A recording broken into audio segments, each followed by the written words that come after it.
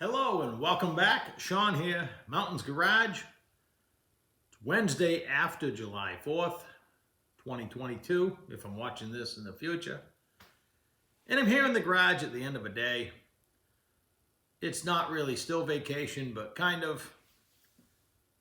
I just arrived in the shop and it's 3 o'clock-ish, so if that tells you anything, I was actually off mowing my mother's lawn again with my son.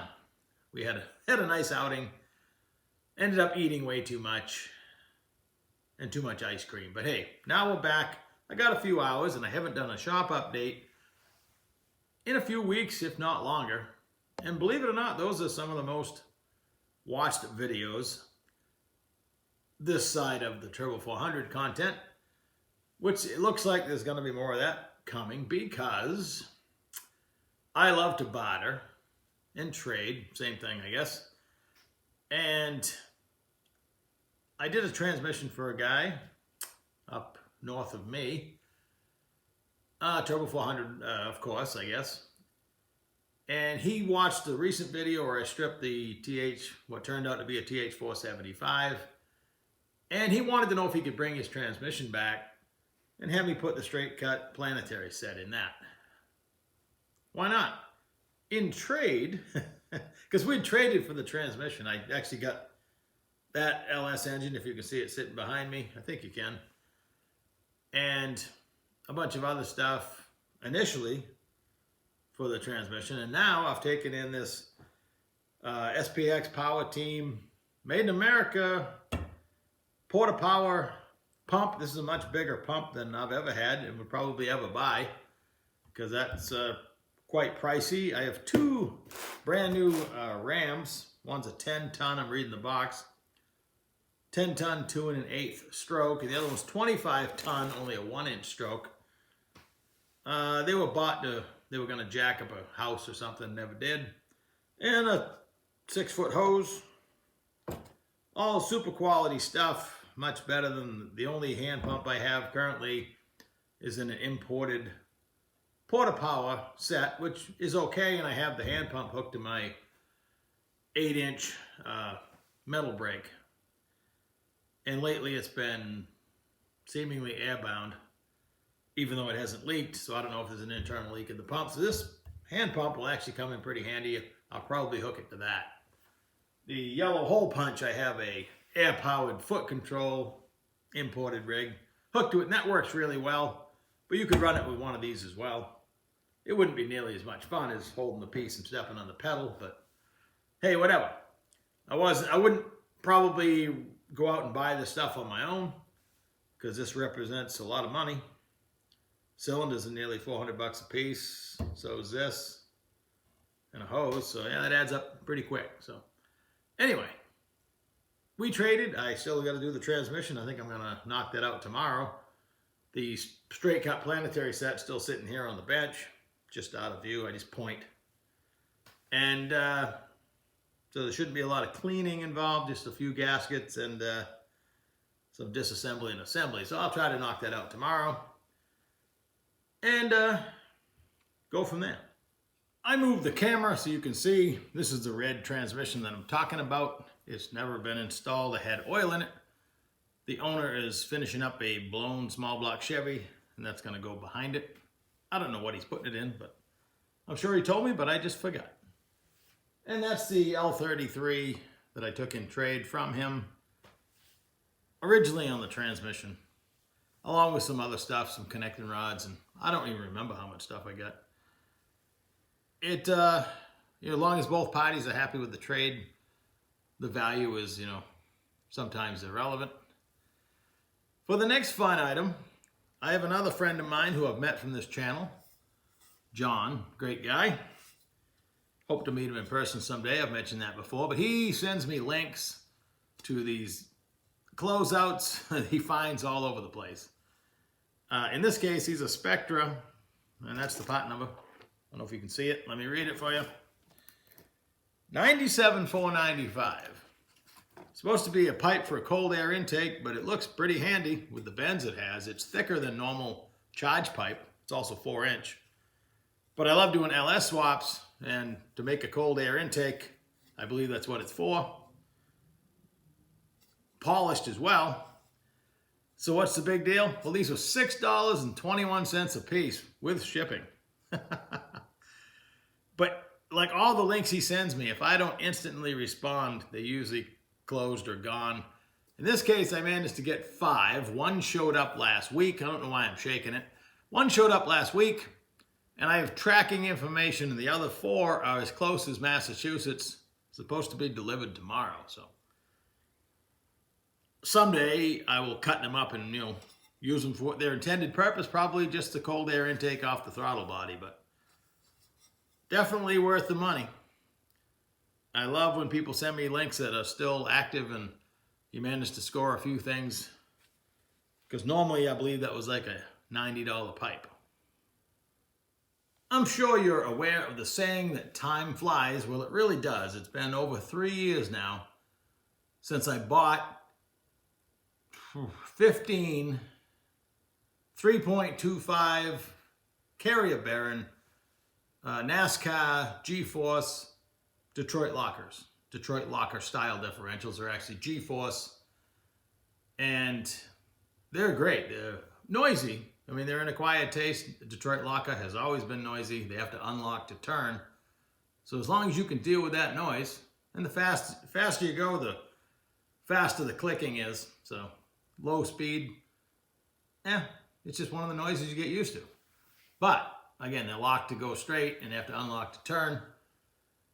And I was down to 3. And with a lot of hot rod projects, I don't necessarily need the best center section you can get, but I want the 3 1/4 Baron to match my Detroit lockers, and I wanted to build 3 more center sections. And I have a few ring and pinions left over and all kinds of Baron sets. So I went out in search of the cheapest aluminum center section I could find. And this is it. It does not come with the Daytona pinion support. I bought that extra. And this housing is right off eBay. It was $215. You see them listed between $215 and $499. It's not a through bolt. It's not as strong as a Yukon center sections you've seen me put together. Also 3.25 Baron, but I expected it to be a really cheap, probably from China, piece of junk. But I figured worst case scenario, I could try to send it back. Well, it showed up, and I looked it over. Again, the aluminum Daytona pinion support doesn't come with it. I just got it stuck in there because I just took it out of the box and I put the 2 together because I bought the Daytona pinion support at the same time. That come right out of Iowa, out of a warehouse I assume is associated with Quick Performance, even though it's not Quick Performance, but it seems to be from the same town, and it came with a Quick Performance decal. So, but back to the center section. Imagine my surprise when I looked up the part number that's on the box, which is 10007694. This is a Dana Spicer casting, cast in India, which also is where the Yukons are from. Again, I spun it around to show you it's not a through bolt, and it's not as beefy through here as the Yukon through bolt, but I believe this will still fit in some of the housings. Some of the giant capped Yukon, both the cast iron and the aluminum center section, doesn't always fit the actual housing, the rear end housing. A lot of times the cap will hit the back side. I got one in my Nova that came from NASCAR country. It's a massive center section of the rear end, but you can't put just any center section in. It has to be like a Ford Motorsport. So they built it around that. And the Yukon, for instance, just has giant caps and giant bolts. But for a hot rod, this is more than adequate. It's set up, up to 40 spline axles if you read this Dana Spicer stuff. And I think they put a limit of like 1,000 horsepower on it. Again, I'm going to build one. I have a center section for the 56 wagon that's on the lift behind me. I hope you can see it. I'm just pointing. I just point at stuff. But for hot rod stuff and, for the differentials I'm putting together, which aren't going, behind any massive power. Hey, for 215 bucks, I couldn't say no. So much so that the other two were sitting in that box. I had to see one first to make sure it wasn't junk, and I really didn't want some, you know the brand. I didn't want something that's, instantly has something wrong with it. Manufactured wrong because they don't know any better. I trust Dana Spicer. They know what they're doing. So, hey, I'm going to assemble it here quick, and I'll do a video of it when I do it and let you know if I find any shortfalls. But right now, I'm pretty happy, especially for the price. It was $42 for the Daytona pinion support, I think, or $45 with shipping, and $215 shipped for the housing. So that's really reasonable for an aluminum twin rib. You always look for the twin ribs on the 9/8 Ford center section. 3 1/4 bearing, carrier bearing. They come in 3 popular sizes, 3.25 side bearing being the biggest of the popular ones. They do come bigger, but your stock Ford ones were either 289 or 3.06, I believe. I'm just going off memory, but small and smaller, and those are typically you're stuck with 28 or 31 spline axles. So with a 3 1/4 side bearing, the sky's the limit as far as how big your axles are. Shop clothing. Now, there's a subject I never talked about before. Other than saying, like, these uniforms, we used to have the opportunity when we'd get all new uniforms when I worked for the municipality that I worked for. The uniform company would say, hey, if you want to buy your own uniforms, they were relatively inexpensive. And I did that often, and handy that you already have my name on them, but I'm down to about 2 shirts that are, worth wearing anymore. And in the summertime, I like to go ahead and hit my legs on everything I possibly can by wearing shorts. And I had bought I think I bought Dickies work shorts first, work pant style. And they were probably industrial grade, more polyester than I would have liked. If they were actual uniform pants, where they go in the big laundry every week, they made to last in that environment, and eventually they get soft and broken in. Recently bought a couple pair of Dickies. They were $40 a piece, but they're nice, and I just bought them a week or so ago. And once you buy, this is on Amazon, once you buy something on Amazon, or even search it on eBay, you keep getting reoccurring, likely themed products. So I was on eBay, and they have actual uniform pants that come back, and they claim they're in good shape. So $16. Again, I just paid $40 for brand new Dickies, but these showed up, and they're cargo type, but they're right out of the program. They got somebody's name sewed into the waist. But for 16 bucks, man, these things will probably wear like iron. I mean, I got some uniform pants. I've outgrown them eventually, but you seldom wear them out. So pretty excited about that. So much so I went on a tear and I bought more long pants and more work shirts. And you can choose the colors. You have to go by size, of course, so it fits you. But sometimes they have limited color sizes, and I just decided to say, send me whatever you got. So I may be wearing red shirts, or who knows what's going to show up. And I don't care. So it's shop clothes. So I hope you had a wonderful 4th of July weekend.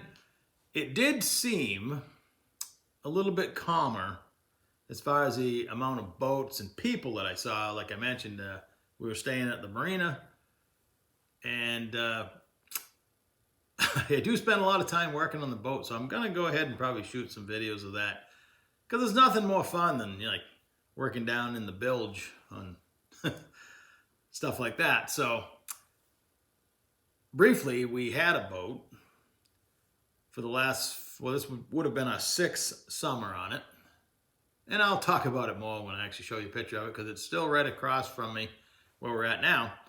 But for almost 6 years, I stared out my windshield because we hardly ever leave the dock. There's no reason to. The marina's great. There's a swimming area, fireplace. It's pretty nice. And that the style of boat we originally started with wasn't a whole lot of fun to take out. So anyway, staring out my windshield at this beautiful houseboat, and it was on the end and big, but not too big.